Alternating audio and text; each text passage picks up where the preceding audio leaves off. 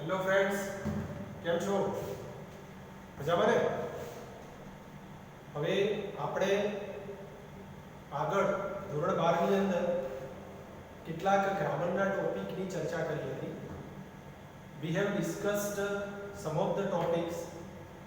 They are direct indirect speech, active passive voice, function.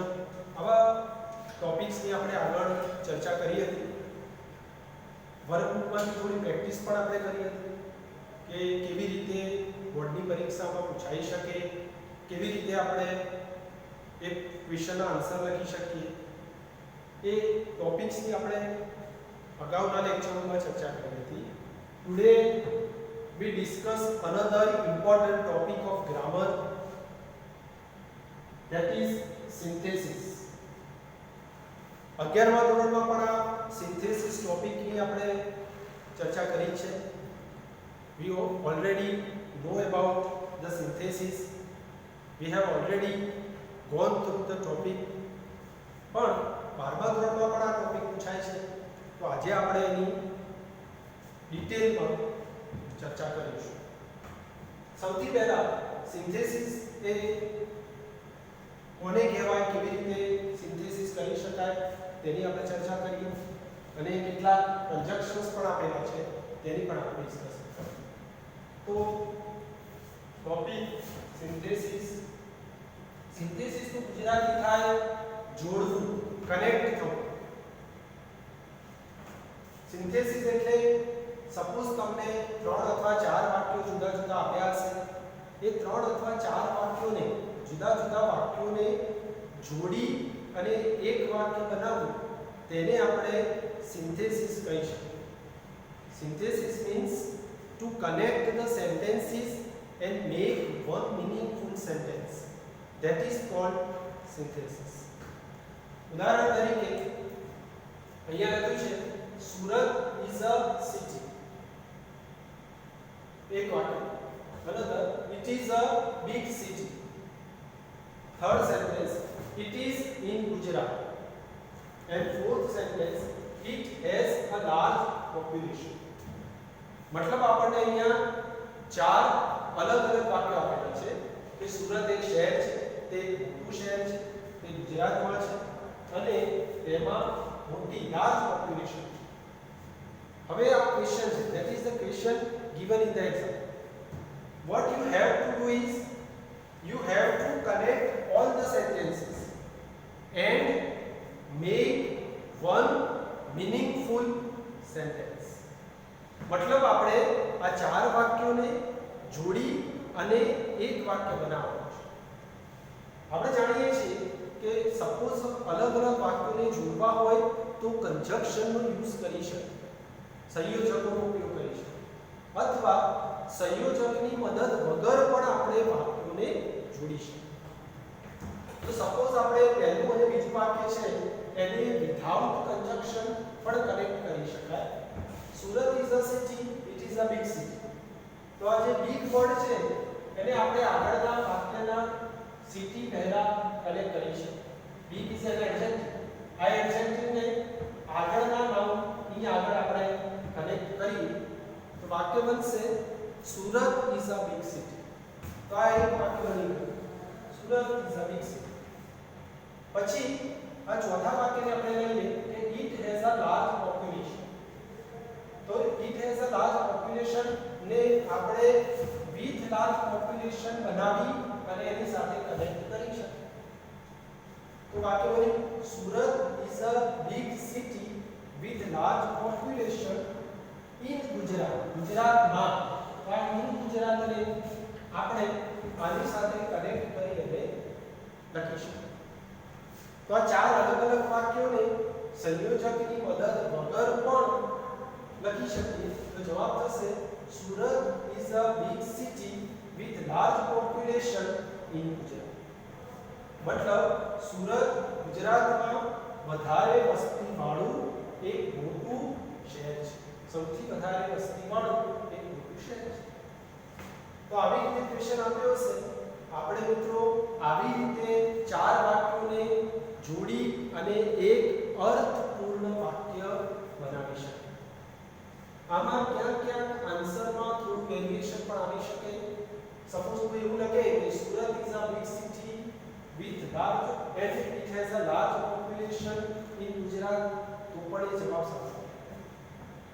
આવી રીતે પણ લખી શકાય કે Surat is a big city in Gujarat and it has a large population, તો એ એન્ડ પણ કરીને વાક્યને જોડીએ તે પણ જવાબ સાચો.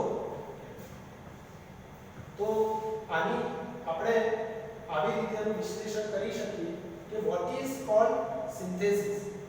તો સિન્થેસિસ મીન્સ કે જ્યારે બે કે તેથી વધારે વાક્યોને, તો અહીંયા ચાર વાક્ય આપે છે, જોડીને, તો આપણે આ ચાર વાક્યોને જોડે એક અર્થપૂર્ણ વાક્ય બનાવીએ ત્યારે તેને સિન્થેસિસ કહેવાય. તો સિન્થેસિસનો અર્થ થાય કે જ્યારે બે થી વધારે વાક્યોને જોડી અને આપણે એક અર્થપૂર્ણ વાક્ય બનાવીએ ત્યારે તેને આપણે સિન્થેસિસ. આ જે છે તે સિન્થેસિસ કહેવાય, કારણ કે આપણે બે થી વધારે વાક્યોને જોડી અને એક અર્થપૂર્ણ વાક્ય. બીજું કે સિન્થેસિસમાં એક અર્થપૂર્ણ વાક્ય બનાવી વાક્યના અંતે જ પૂર્ણ વિરામ મૂકવા. હવે આપણે વાક્યને જોડીએ છીએ તો સ્વાભાવિક છે, it is natural that full stop can not be used in the middle of the sentence. તમે ફૂલ સ્ટોપ મૂકો મતલબ એવો થાય કે વાક્ય અલગ થઈ જાય. તો આપણે ખાસ ધ્યાન રાખવાનું કે વાક્ય અર્થપૂર્ણ બનાવીશું તો વાક્યના અંતે જ, મીન્સ આ ગુજરાત પછી જ આપણે પૂર્ણ વિરામનો ઉપયોગ કરીશું.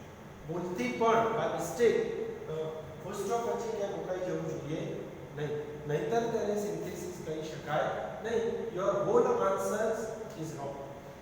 So full stop can be used at the end of the sentence. Okay, આ આપણે ખાસ યાદ રાખવાનું.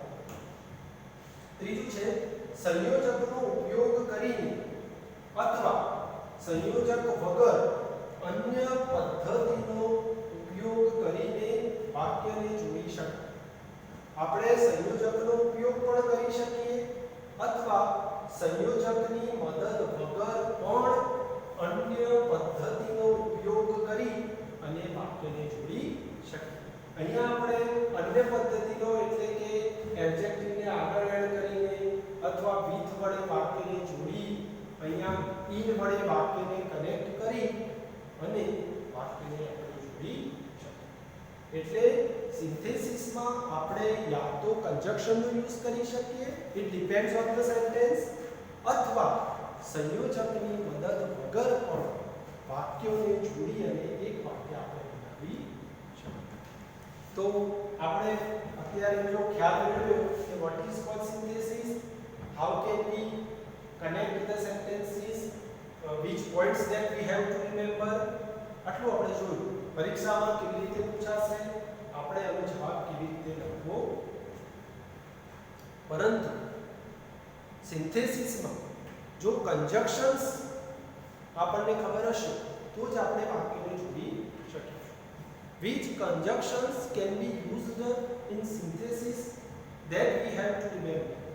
કયા કયા સંયોજકોનો ઉપયોગ કરી શકાય, કેવા વાક્ય પ્રમાણે કેવા સંયોજકોનો ઉપયોગ કરી શકાય તે પણ આપણને ખ્યાલ હોવો જોઈએ. તો અહીંયા કન્જક્શન્સ છે એની આપણે સમજૂતી મેળવીશું. Conjunctions નો સ્ટડી આપણે આગળના ધોરણોમાં કરી ગયા છીએ. We have already known about the conjunctions. Conjunctions કયા કયા છે એ પણ આપણને ખ્યાલ છે. એ જ conjunctionનો આપણે અહીંયા ઉપયોગ કરવાનો છે. પણ conjunction આપ્યા હશે નહીં. આપણે કયા વાક્યમાં કયો conjunction યુઝ કરવો તે આપણે વાક્ય ઉપરથી નક્કી કરવું પડશે. તો આજે આપણે કન્જક્શનનો પણ થોડો સ્ટડી કરીએ કે કયા કયા કન્જક્શનનો ઉપયોગ કરી શકાય. તો મિત્રો પહેલો કન્જક્શન છે એન્ડ. એન્ડ આપણે એન્ડનો અર્થ જાણીએ છીએ અને એન્ડ જે છે તે બે સમાન અર્થ ધરાવતા વાક્યોને જોડવા માટે વાપરી શકાય. For example, I went to the market. First sentence. Another, I bought vegetables. આ બે અલગ અલગ વાક્ય આપે છે. કે હું માર્કેટમાં ગયો અને વેજીટેબલ્સ ખરીદ્યું. તો આ બે વાક્યોને જોડી અને આપણે એક વાક્ય બનાવવું છે. તો આપણે લખી શકીએ I went to the market and bought vegetables. કે હું માર્કેટમાં ગયો અને વેજીટેબલ્સ ખરીદ્યું. તો તમે and નો ઉપયોગ કરી અને વાક્યને શું કરી શકો? જોડી શકો. તો આ બે વાક્યને and ની મદદથી જોડી શકાય. આ બે વાક્યો સમાન અર્થ ધરાવતા વાક્યો છે, તેથી આપણે and ની મદદ વડે જોડી શકીએ. but yet still मतलब થાય પણ પરંતુ, though मतलब થાય છતાં.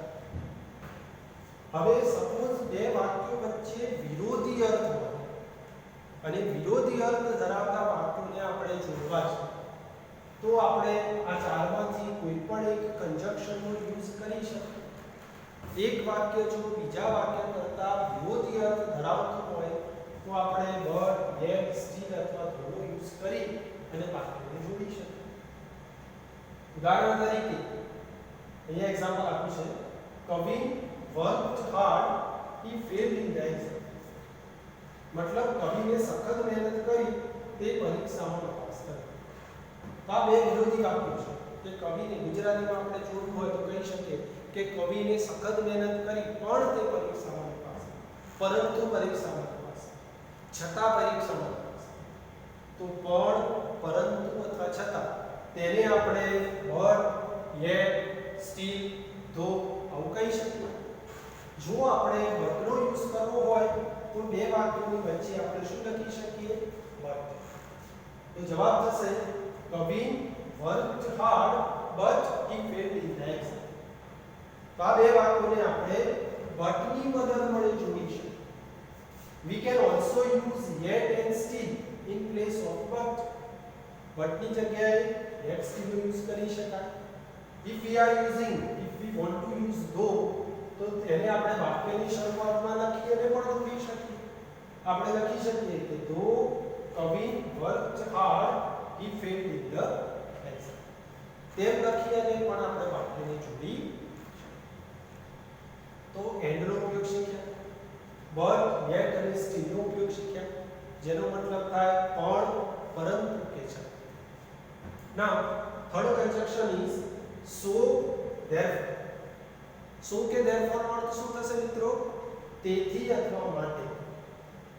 હવે ઉદાહરણ તરીકે સપોઝ એક વાક્યનું પરિણામ અન્ય વાક્ય દર્શાવે.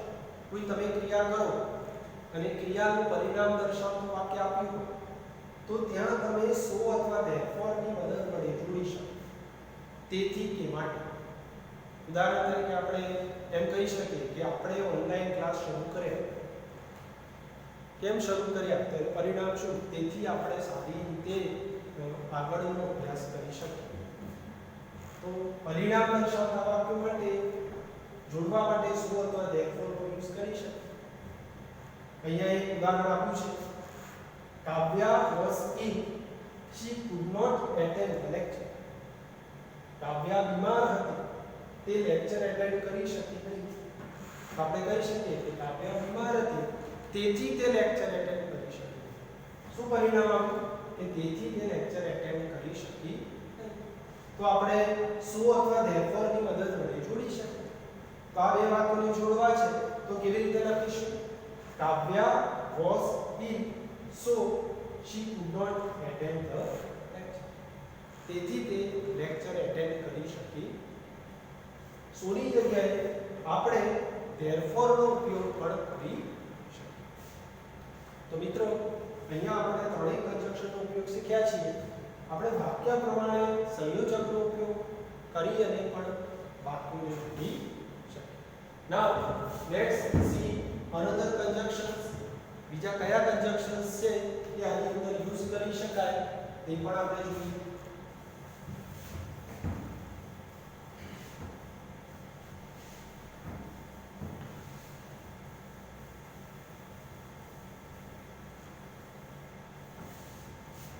હવે બીજા કંજક્શન્સ છે.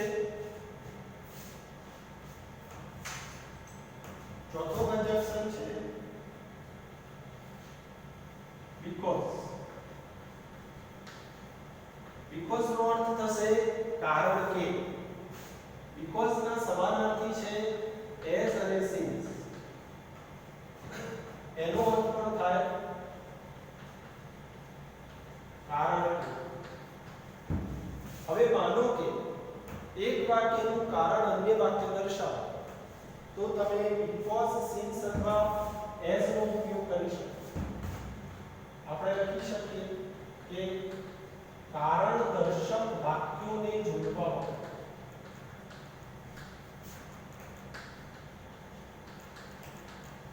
સપોઝ જે વાક્યમાં કારણ દર્શક વાક્ય કારણ આપેલું હોય તો તમે because નો યુઝ કરી શકો. ઉદાહરણ તરીકે આ વાક્ય છે જેને આપણે ઉલટું કરીએ. આપણે એવું લખીએ કાવ્યા could not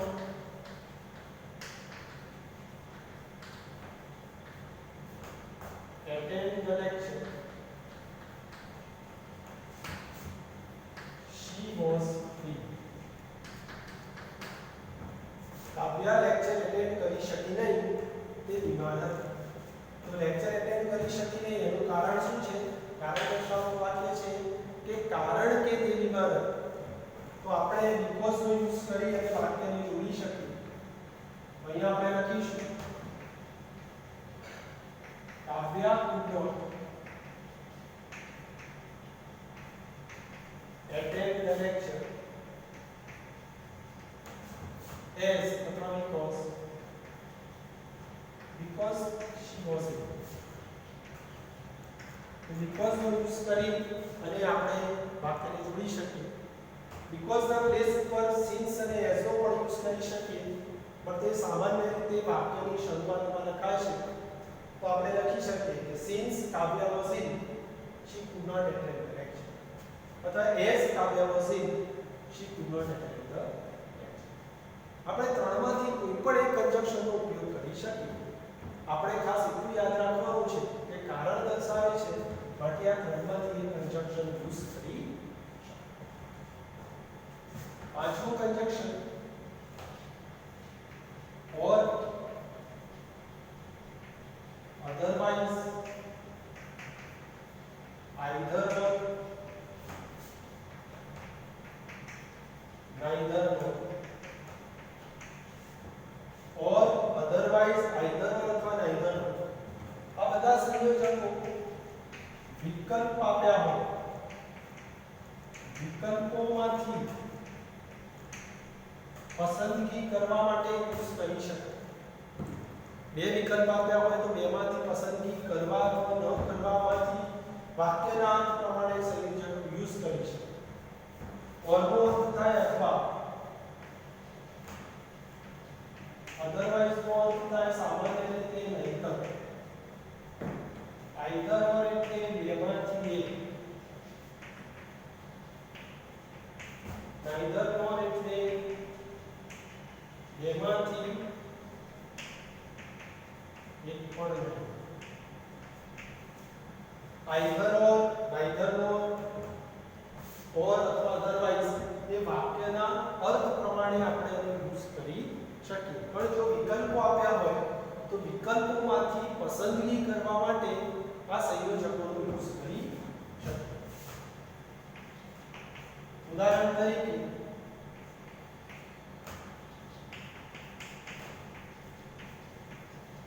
I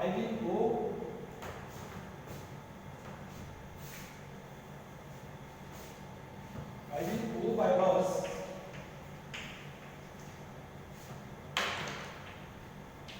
I will go by train.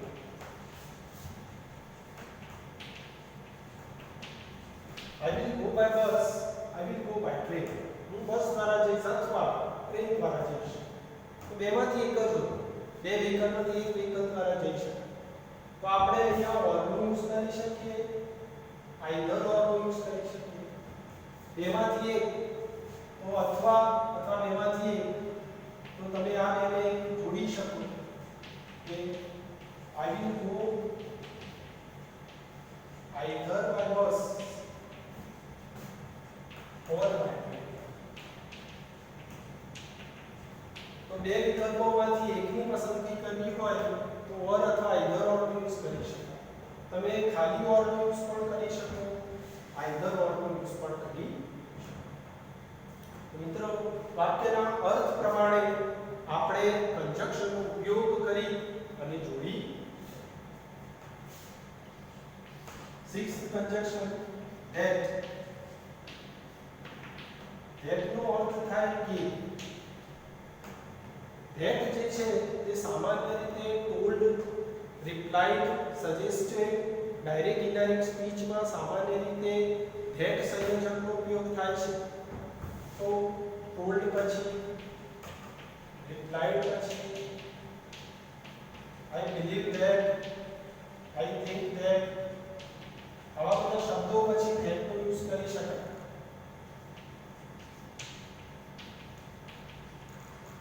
સામાન્ય રીતે that નો ઉપયોગ કરી શકાય.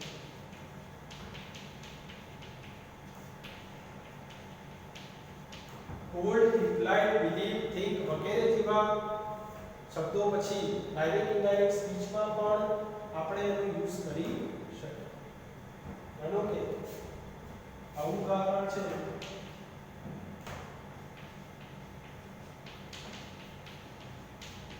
He will return by tonight. I think so. He will return by tonight. means આજે રાત્રિ સુધીમાં તે પાછો આવી જશે. હું એવું માનું છું. આ બે વાક્યો છે. આ બે વાક્યોને આપણે જોડવા છે. તો આપણે એવું કહી શકીએ કે હું માનું છું કે તે આજ રાત સુધીમાં પાછો આવી જશે. તો હું માનું છું કે તે એટલે આપણે શોના પ્લેસ ઉપર that લખી અને વાક્યને જોડી શકીએ. તો આપણે લખી શકીએ I think that he will reach by tonight. I think that he will reach by tonight. એટલે હું માનું છું કે તે આજ રાત સુધીમાં પાછો આવી જશે. તો અહીંયા આપણે that નો યુઝ કરી અને વાક્યને જોડી શકીએ. મિત્રો, આજે આપણે 6 conjunction, okay, we have learnt the 6 conjunctions કે આ કંજક્શનની મદદ વડે કેવી રીતે વાક્યને જોડી શકાય. ઓકે, કેટલાક કંજક્શન્સ છે, બીજા પણ છે કે જેની મદદ વડે આપણે વાક્યોને જોડી શકીએ, સિન્થેસાઇઝ કરી શકીએ. તો એ કંજક્શનનો ઉપયોગ પણ the remaining conjunctions will be discussed in the next lecture.